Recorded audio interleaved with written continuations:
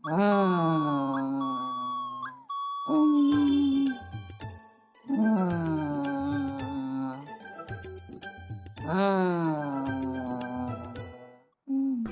झालं घोळणं आता, किती घोळताय?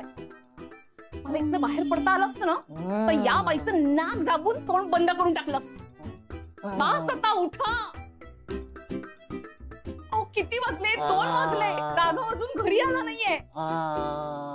उठा हो, या बाईला काहीच नाही कसलं. माझ्या घरात काय हा पसारा करून ठेवलाय? आता वरनं माझा संसार बुडायला निघालीये. उठकी ग. नाही, याशी नाही उठ.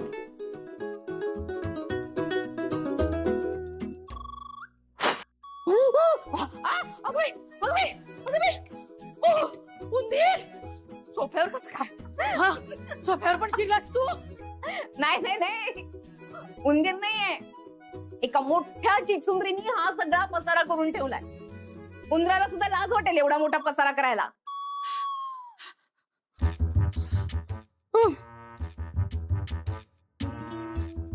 डोळा कसा लागला माझा? हा किती? कुठे गेला मोबाईल? अगं बाई, 2 वाजून गेले.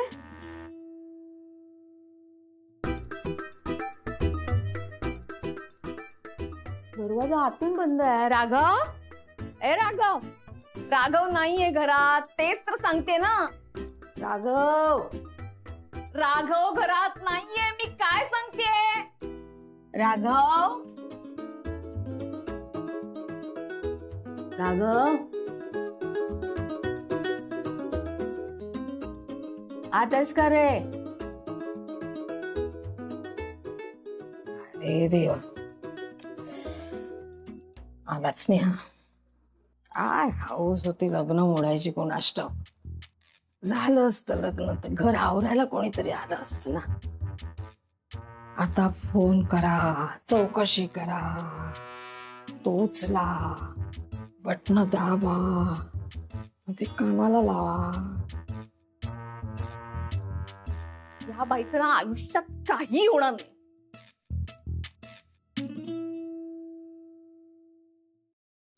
बाबा चल ना. बेटा, त्या आजोबांना बरं वाटलं ना की आपण लगेच निघूया. हा, मला मुंबईला जायचंय. म्हणजे अजून तिथेच आहात तुम्ही? अगं आई, ते आनंदीच्या बाबांना अचानक त्रास झाला, चक्कर येऊन पडले म्हणून त्यांना हॉस्पिटलला घेऊन आलोय मी. मोडलंयस ना लग्न, आता काय त्यांची पडली आहे तुला? ये निघून गुपचूप. आई, जे काही झालं त्याला जबाबदार मी आहे. हे सत्य सांगण्यापूर्वी मी विचारच केलेला नव्हता की आनंदीच्या बाबांवर ह्याचा काय परिणाम होईल. मग आता केलास ना विचार? केलंस ना त्यांना हॉस्पिटलमध्ये ऍडमिट? केलीस की नाही समाजसेवा? हे बघ राघव, ह्या अशा लोकांना ना अंगी लावून घ्यायचं नाही. कशाने काय झालं तर तुझ्यावर येईल बाबा. ये निघून लवकर. आई, त्यांना काही होणार नाही आणि मी माझी जबाबदारी टाळून तिकडे येऊ शकत नाही. कर बाबा काय करायचं ते. निघताना फोन कर. आई आहे, काळजी वाटते जरा. बाबा चल ना. ते मी ऐकलं सगळं. हे बघा, यात तुम्ही वाईट वाटून घेऊ नका. दोष असेलच तर तो माझ्या नशिबाचा. तू कुठे जात होतीस? औषधं आणायला डॉक्टरांनी सांगितलं. मी आणून देतो. नाही, मी आणते. आधीच तुमचे खूप उपकार झालेत आमच्यावर. खूप मदत झाली तुमची. आनंदी, आपल्या घरच्या माणसावर जेव्हा अशी वेळ येते तेव्हा आपण कुठल्या अवस्थेत असतो ही गोष्ट समजू शकतो. मी सावरणं खूप कठीण असतं. मी गेलो यातून. दे प्लीज.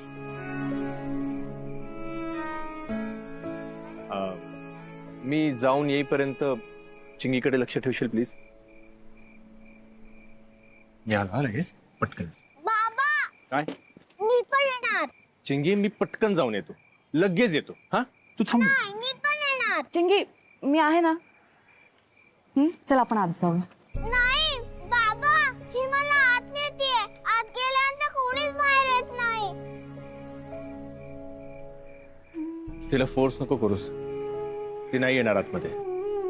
तिची आई हॉस्पिटलमध्ये गेली, पण हॉस्पिटलमधून घरी कधीच परतली नाही ती. म्हणून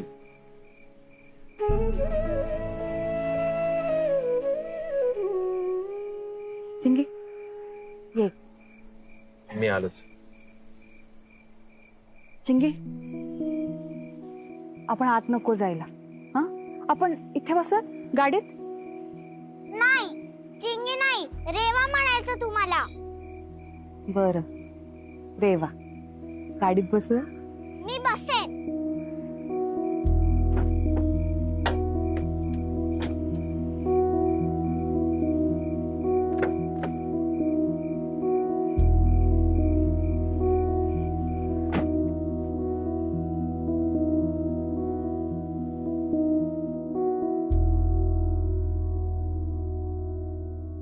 चिंगी, मी तुला एक गोष्ट सांगू. एक ना गाव होतं. त्या गावाचं नाव होतं नांदिवली. मग या गावाचं पण नाव नांदिवलीच आहे. गोष्टीतल्या गावाचं नाव पण नांदिवलीच होतं.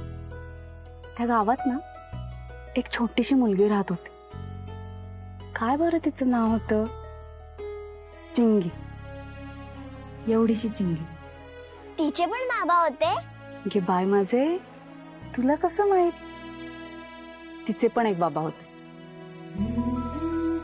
तिचे बाबा आणि तिची खूप चांगली गट्टी होती. मग माझी आणि माझ्या बाबांची पण खूप छान गट्टी आहे. हो ना. पण तुला माहितीये, ती चिंगी आणि तिचे बाबा खूप धमाल करायचे, खूप खेळायचे. चिंगी ना त्या खुराड्याच्या खाली जाऊन लपायची. खुराडा म्हणजे? खुराडा म्हणजे जिथे कोंबड्या ठेवतात ना, ती जागा. चिंगी काय करायची माहितीये? चिंगी सगळ्या कोंबड्यांना बाहेर काढायची आणि स्वतः त्या खुराड्याच्या खाली जाऊन लपायची. मग बाबा तिला शोधायचा, खूप शोधायचा. पण चिंगी थोडीच त्याच्या हाती लागतीये. मग बाबा दमायचा. मग चिंगी काय करायची? चिंगी खुराड्यातनं बाहेर यायची, खुराडा डोक्यावर ठेवायची आणि हळूहळू हळू बाबाकडे जायची. आणि काय करायची माहितीये? मग बाबा चिंगीला बघायचा आणि मिठीत घ्यायचा. मग चिंगी बाबाला विचारायची, बाबा, मी तुला सापडले नाही म्हणून तू घाबरलास का रे? मग बाबा म्हणायचा, तुला माहितीये, एक दिवस असा येईल की मी तुला घरभर शोधेन, पण तू घरात नसशील. तू कुठेतरी लांब गेली असेल तुझ्या राजकुमारासोबत. चिंगी म्हणायची, मी नाही तुला सोडून कुठे जाणार. पण एक दिवस काय झालं माहिती? त्या गावात खरंच एक राजकुमार आला. मग चिंगीला वाटलं तिला तिच्या बाबाला सोडून जावं लागेल. पण झालं भलतंच. बाबा पडला. बाबाला उठता पण येईना. मग चिंगी मात्र राजकुमाराकडे गेली. राजकुमाराला म्हणाली, तू असशील सिमेंटच्या जंगलातला. मी पण नांदिवलीतली राजकन्या आहे. मी नाही येणार माझं गाव सोडून, माझ्या बाबाला सोडून. पण तेवढ्यात बाबा उठला. बाबा चिंगीला म्हणाला, मग का इथेच राहायचंय तुला? चिंगीने बाबाला बघितलं. चिंगी खुश झाली.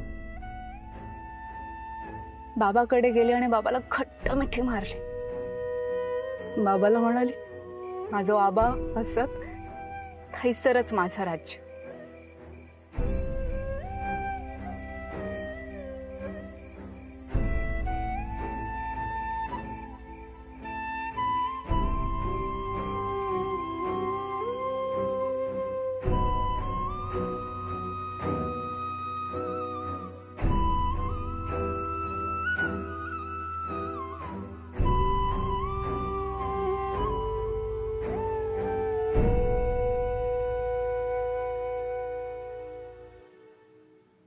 बबन, हे कुठे?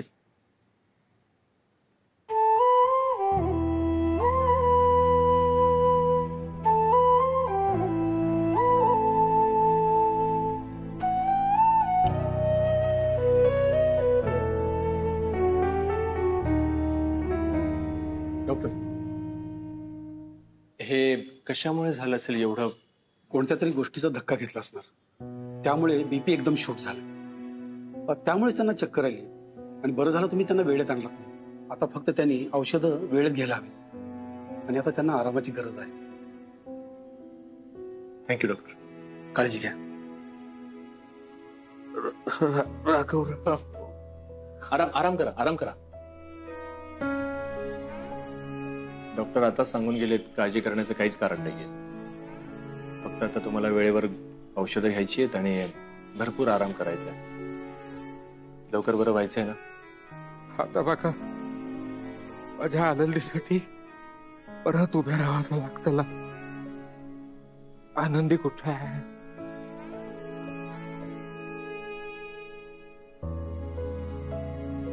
मला झोप कशी लागली? आबा,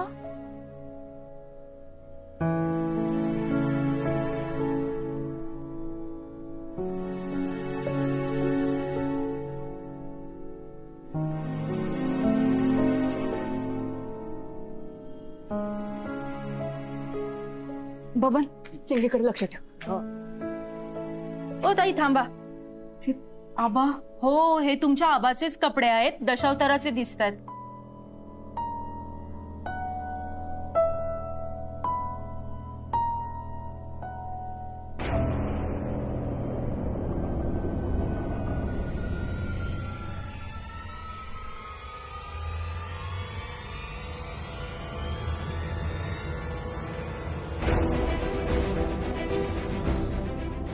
तुझ्या चेडवाचं लगीन मोडलं, आता कोण करणार लगीन त्याच्या वांगडा? मी असं पाठवतस?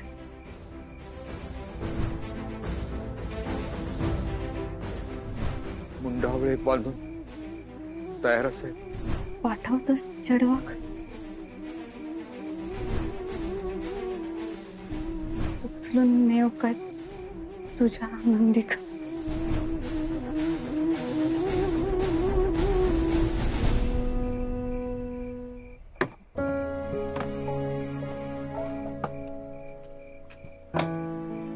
बाबा काय जायला? बाबा बाबा इथं येतात ते. तू झोपायचं? मी कुठे राहतस तू? ए बाय, ए बाबा कुठे आहे? माझा पण काय नशीब बघा. माझ्या आनंदीसाठी इतकी वर्ष तुमच्यासारखं जावई शोधत होत. आता नियतीचा खेळ बघा. तुम्ही आराम करा प्लीज. आता शरीर आराम करीत, पण मनाचं काय? मन अस्वस्थच. माझ्या आनंदीसाठी आनंदी बेटा, काही माणसाच्या स्वभावातच काळजी असतात. खरा हा त्याचा. आता तुमची आमची ओळख एका दिवसाची, पण आमच्या मदतीक वेळ धावलीलाच तुम्ही. नाहीतर आनंदी एकटे काय केला असता? पण खरं सांगू, तुम्हाला दिलेला नकार आयुष्यभर त्रास देईल मला. पण होकार तरी खोट्या तोंडाला देऊ. पण नकार दिला तर एकेकाच्या नजरा तिच्यावर टपलेल्याच आहेत. असं वाटतं एकेकाचे डोळे फोडून टाकायचे. पण या गरीब बापाच्या बलगटात जोड लाया. थांबा. पाणी प्लीज घ्या.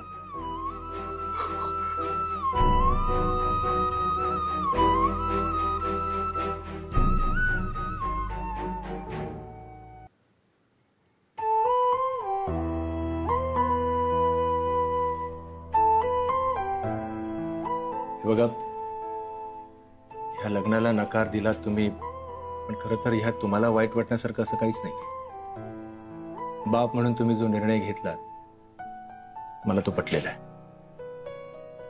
तुमच्या जागी दुसरं कोणी असतं त्यांनी सुद्धा हाच निर्णय घेतला असता.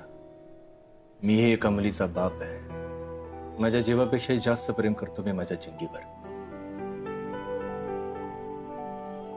उद्या चिंगी वयात आल्यानंतर तिच्याशी लग्न करणारा जर बीजवर असेल तर मी सुद्धा त्या लग्नाला नकारच देईन ना.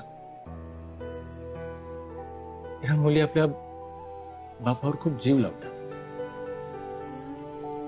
आता आपण ज्यांना काळजाचा तुकडा म्हणतो अशी आपली लेक ती वयात आली म्हणून असंच कुणाच्या तरी स्वाधीन करणं. त्यामुळे तुमचा हा निर्णय ह्यात गैर काहीच नाहीये. खरं तर तुमचा हा नकार गृहीत धरून मी इथवर आलो होतो.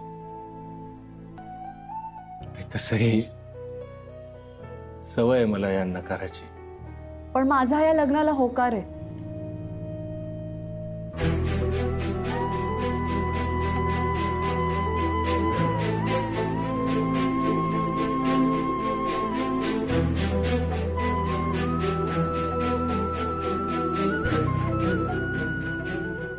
बाबा तुम्हाला कुठे गेला होता सोडून? मी तुला सोडून कुठेच नाही गेलेलो. मी इथेच आहे.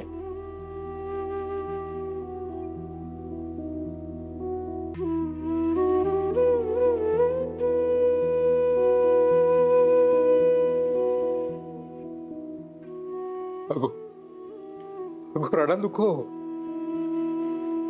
नाही सोडून जाणार मी तुका. नाही.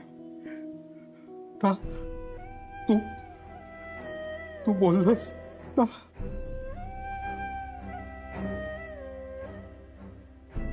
आनंदी,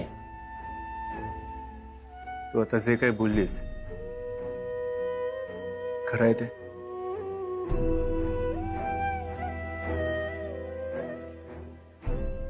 हो.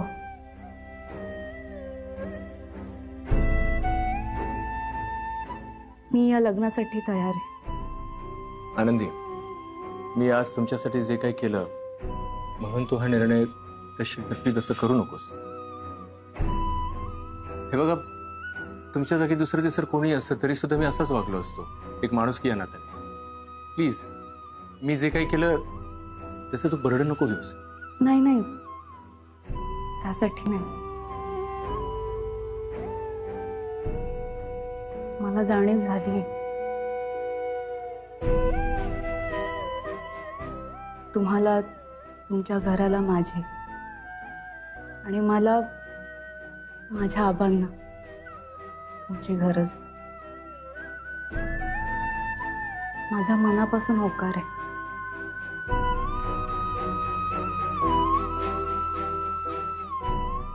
आबा,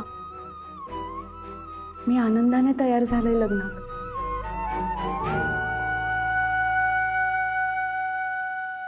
हे बघा, जर असं असेल तर हे लग्न आपण लवकरात लवकर उरकून घेऊया. कारण आनंदीने जास्त काळ आता ह्या गावी थांबणं मला आवडणार नाही. कारण तिच्यासाठी आता सुरक्षित नाहीये. तेव्हा तुम्ही लवकरात लवकर बरे व्हा. बरे झालात की अगदी पुढल्याच आठवड्यात आपण लग्न करून घेऊ, जर तुमची हरकत नसेल तर. माझी हरकत कशाला असेल? माझ्या चेडवाचं सुख, त्याचा नशीब आता माझ्या समोर असा. माझा जीव मोठ्या विश्वासात तुमच्या हातात देत आहे.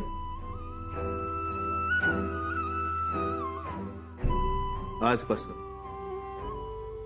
आनंदी आता माझी जबाबदारी आहे.